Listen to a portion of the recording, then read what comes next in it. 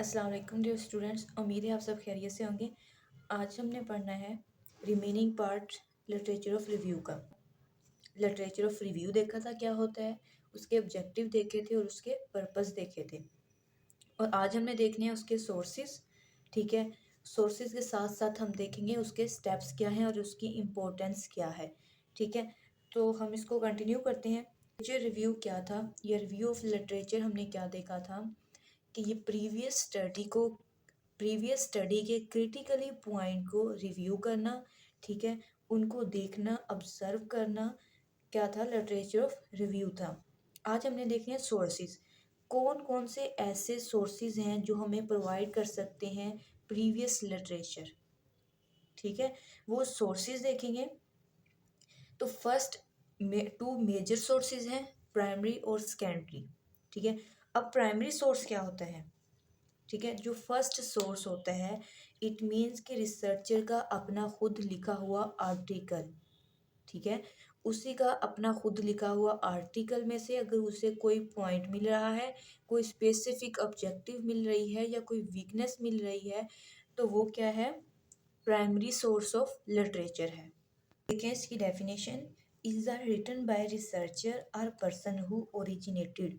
ठीक है, जिस पर्सन ने वो लिखा है आर्टिकल, वही उसको रीड कर रहा है, उसी में से उसे कोई पॉइंट मिलता है, कोई क्रिटिकल पॉइंट मिलता है उसमें से, तो वो क्या है, primary source. Research report written by researcher who conducting the study. अब जिसने स्टडी कंडक्ट करनी है, वो रिपोर्ट भी, वो आर्टिकल भी, वो बुक भी किसने लिखी है, उसी राइटर ने लिखी है।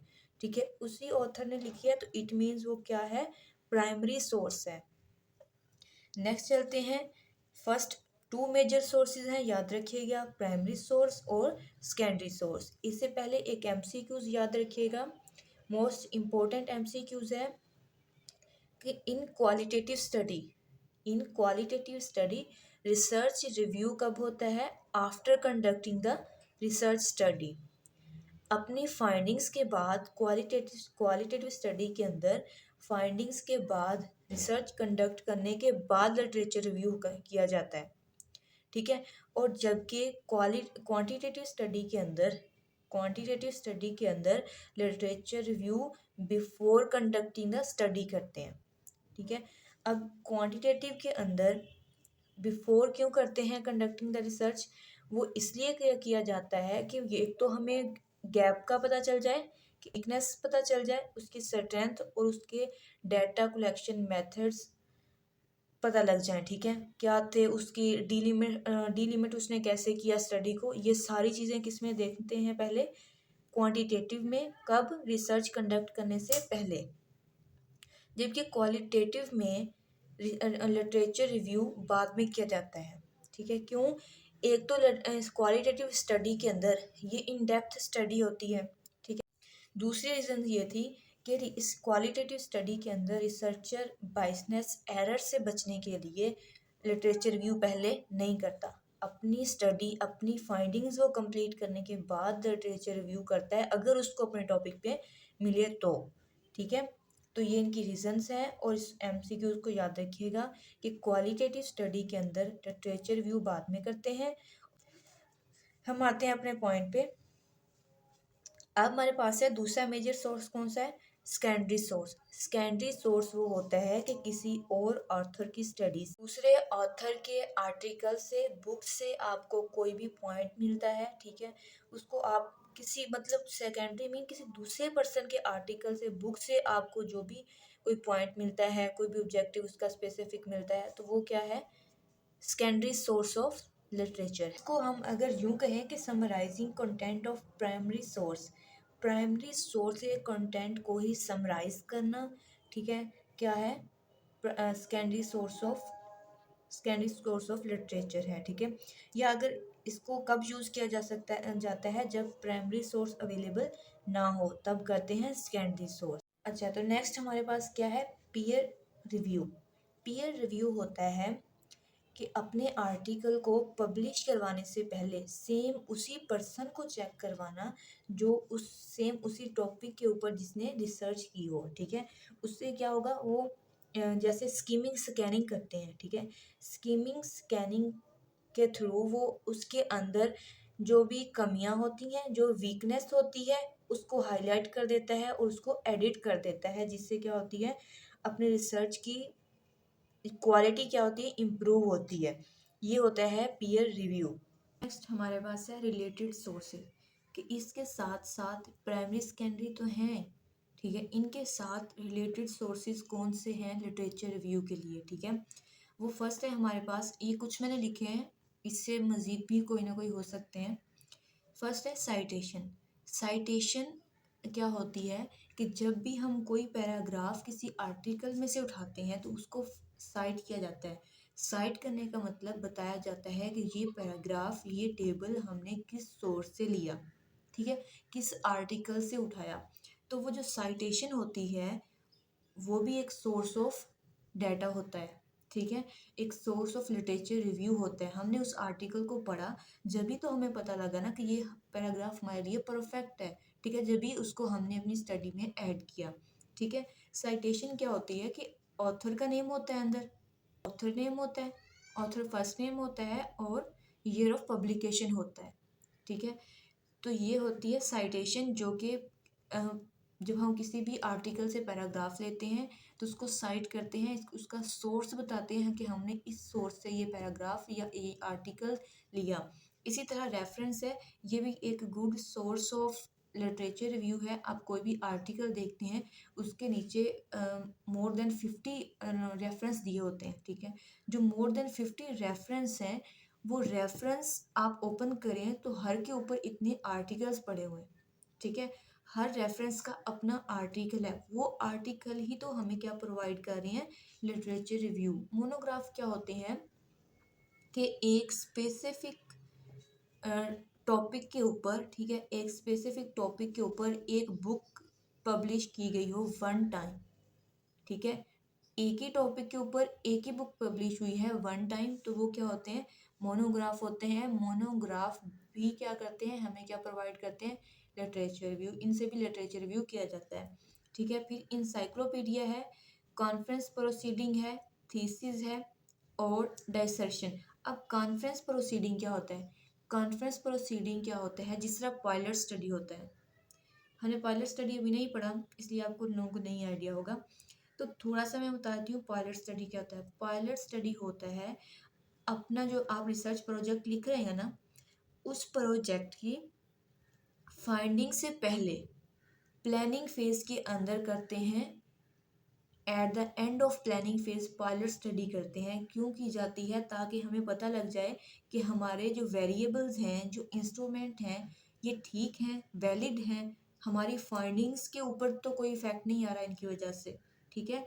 तो यूँ कह लें प्राइमरली फाइंडिंग्स लेते हैं, ठीक है। प्राइमरली फाइंडिंग करने का मकसद यही होता है कि हमारी स्टडी ज़ाया होने से बच जाए, ठीक है, उसके अंदर बाइसनेस कम से कम हो, एरर के चांसेस ना हो, हमारा रिजल्ट जो है, जो फाइंडिंग है, वो जनरलाइज्ड करती हूँ, ठीक है।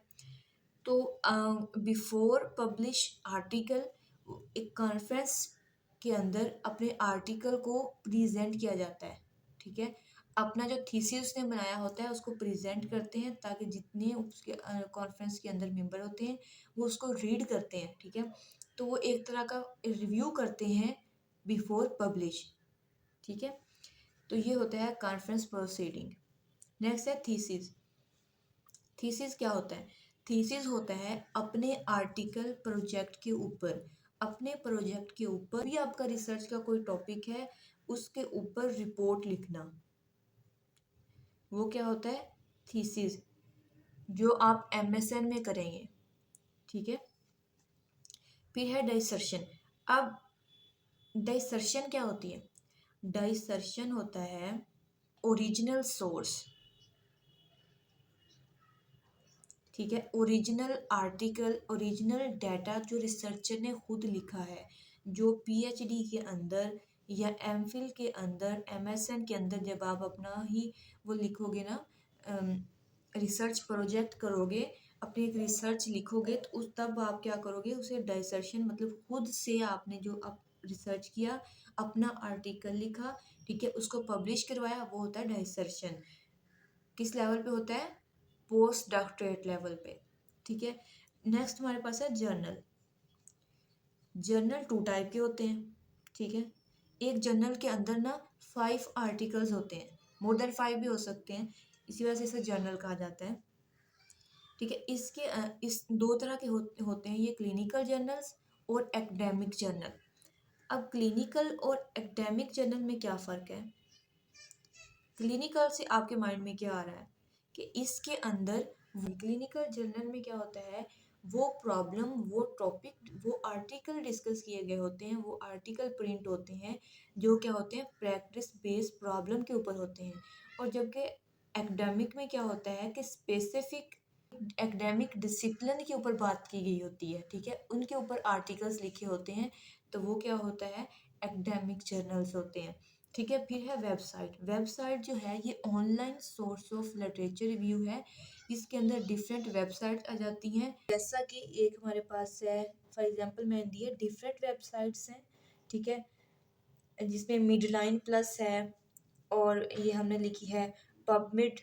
फिर है स्नाहिल। स्नाहिल जो है मोस्ट इम्पोर्टेंट है, ये इसकी फुल फॉर्म पूछ लेते होते हैं या तो क्वेश्चन में या एमसीक्यूज में। ये क्या है, इम्पोर्टेंट है। इसकी फुल फॉर्म क्या है, cumulative index to nursing allied health literature. इसका फुल फॉर्म याद रखिएगा, मोस्टली एमसीक्यूज में पूछ लेते हैं या फिर एससीक्यूज में। ऑनलाइन सोर्सेज कौन सा है, स्नाहिल, और स्नाहिल का ये क्या है, फुल फॉर्म।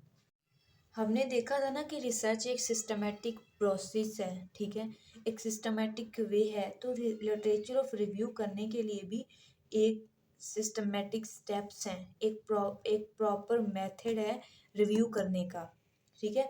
फर्स्ट स्टेप क्या है, preparing to review of literature, ठीक है। खुद को या उस टॉपिक को प्रिपेयर करना, किसके लिए, लिटरेचर रिव्यू करने के लिए। इट मीन जो भी आपके पास टॉपिक है उसको पहले स्ट्रक्चर करें, ठीक है, उसको एक प्रोसेस वे में उसको स्ट्रक्चर करें।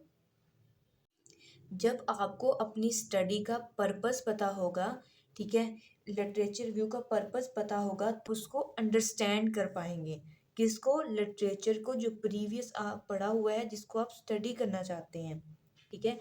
आपसे ऑब्जेक्टिव किस लिए क्यों बनवाए जाते हैं, वो आप क्या कर रहे होते हैं उस टाइम, अपने प्रोजेक्ट को स्ट्रक्चर प्रोवाइड कर रहे होते हैं कि ये हमारे स्पेसिफिक पॉइंट है, ठीक है, ये हमारा पर्पस है, इसको हमने रिसर्च करना है, इसके आर्टिकल्स हमने देखने हैं, उनको रीड करना है, ठीक है। तो वो जो हम ऑब्जेक्टिव लिखे, आपने अपने स्टडी को स्ट्रक्चर किया, ठीक है, आपने उसके ऊपर सिलेक्ट किया इलेक्ट्रॉनिक डेटाबेस, जो आपने उसके रिसर्च करना है, उसके अकॉर्डिंग आपको क्या मिल जाते हैं, आर्टिकल्स मिल जाते हैं। वो हेल्पफुल करता है टू अंडरस्टैंड द आर्टिकल्स, ठीक है। वो जो हमने ऑब्जेक्टिव्स निकाले, अपने टॉपिक को एक स्ट्रक्चर फॉर्म प्रोवाइड की, ताकि हमें पता हो हमारी स्टडी का पर्पस क्या है, इस आर्टिकल के अंदर हमने क्या चीज़ देखनी है। तो ये होता है अपनी स्टडी को, अपने जो रिपोर्ट है या जो भी प्रोजेक्ट है उसको स्ट्रक्चर करना। स्टेप हमारा क्या है, कंडक्टिंग द रिसर्च, ठीक है। अब आपने इस स्टेप पहले आपने प्रिपेयर किया, ठीक है, अपनी स्टडी को स्ट्रक्चर फॉर्म में लेके आए। अब आपने क्या करना है, कंडक्टिंग रिसर्च, अब आपने रिसर्च कंडक्ट करनी है। इट मीन्स कि इसके अंदर वो सोर्सेज भी होंगे जहाँ से आपने आर्टिकल उठाने हैं। इसके अंदर आपको बताया है कि आपने डिलीमिट कैसे करना है। इसके अंदर ये भी होगा कि आपके स्टडी को स्टडी की असेसमेंट को, उसके लिटरेचर को आप टेबल फॉर्म में भी डॉक्यूमेंट कर सकते हैं, ठीक है। तो फर्स्ट पॉइंट क्या है, रिसर्च द सिलेक्टेड डेटाबेस। जो भी आपका सोर्स है, डेटाबेस है, उससे आर्टिकल्स लेना, ठीक है। ऑनलाइन रिसोर्स में अभी हमने पढ़ा, हेडलाइन था, गूगल स्कॉलर था, स्नाहिल था, डिफरेंट आर्टिकल्स पढ़े होते हैं। इससे क्या होता है कि जब आप डिफरेंट वेबसाइट से सेम टॉपिक आर्टिकल्स निकाल लेते हो, तो आपकी रिसर्च डुप्लीकेशन से बच जाती है, ठीक है, डुप्लीकेशन नहीं होती। नेक्स्ट है use table to documentation. Documentation करने के लिए अपने रिसर्च रिजल्ट्स को, जो आपके प्रोजेक्ट के रिजल्ट हैं, जो आपके टॉपिक के रिजल्ट्स हैं, उनको के लिए आप टेबल का यूज़ कर सकते हैं, ठीक है। टेबल का यूज़ करते हैं, फिर क्या करते हैं, रिफाइन योर रिसर्च, जो प्रीवियस आपने आर्टिकल्स पढ़े, लिटरेचर पढ़े, वो सारे क्या कर रहे होते हैं, आपकी रिसर्च को रिफाइन कर रहे होते हैं। ठीक है, जो वीकनेस होती है आपकी स्टडी के अंदर आपको वो पता लगती है, फिर उससे क्या होता है, अपनी स्टडी को मॉडिफाई करते हो। नेक्स्ट है रिव्यू द अब्स्ट्रैक्ट। अब्स्ट्रैक्ट का भी रिव्यू किया जाता है जब आप कोई रिसर्च कंडक्ट करते हैं। कैसे, आर्टिकल ओपन करें, फर्स्ट उसके ऊपर फर्स्ट पे ही उसके सबसे पहले अब्स्ट्रैक्ट लिखा होता है। अब्स्ट्रैक्ट क्या होता है, overall summary of your article या योर प्रोजेक्ट। ठीक है, आपके प्रोजेक्ट के, आपके जो रिसर्च आर्टिकल है उसकी समरी होती है, कीवर्ड्स होते हैं, ऑथर का पर्पस क्या था, कीवर्ड्स कौन से हैं इसके अंदर, वो सारे रिव्यू ऑफ अब्स्ट्रैक्ट में आपको पता लगते हैं। ठीक है, नेक्स्ट है कि full text copy of relevant study. जो भी आपके टॉपिक के साथ रेलिवेंट स्टडी है उसकी फुल टेक्स्ट कॉपी उठा लेना। ठीक, कैसे कि बीएसएन में जब आप रिसर्च करेंगे तो वो कॉपी ही करते हैं, जो आपका टॉपिक होता है ना उसके रेलिवेंट जो भी डाटा मिलता है वो आप कॉपी करते हैं, मतलब कुल्लो हम उसको वैसे का वैसा सेव कर लेना। ठीक है, नेक्स्ट हमारे पास है site the source. Last point conducting research का क्या है, जो भी आपने आर्टिकल उठाया है, कोई पैराग्राफ उठाया है, ठीक है, उसको साइट करना है।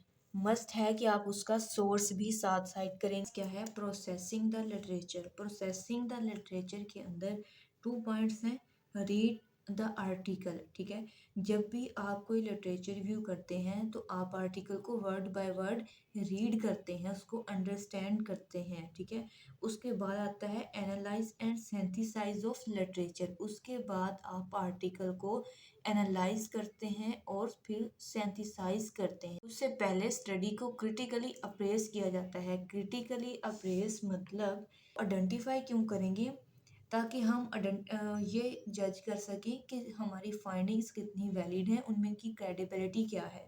ठीक, उसके बाद हम फिर क्या करते हैं, अपनी फाइंडिंग्स को एनालाइज करते हैं, उसके बाद करते हैं सिंथेसाइज।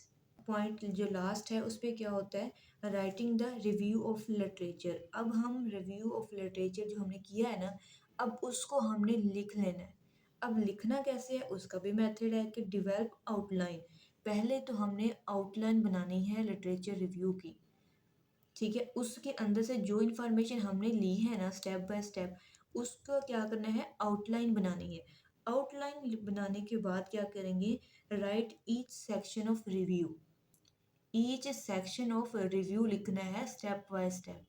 ठीक है, लास्ट पे कर देना है, रेफरेंस लिस्ट डाल देनी है, जिससे हमारी रिसर्च क्या हो जाएगी, कंप्लीट हो जाएगी। आज का लेक्चर हमारा यहीं तक, इसको देखिएगा। तब तक के लिए ऑल द बेस्ट। इंशाल्लाह नेक्स्ट हम न्यू चैप्टर स्टार्ट करेंगे।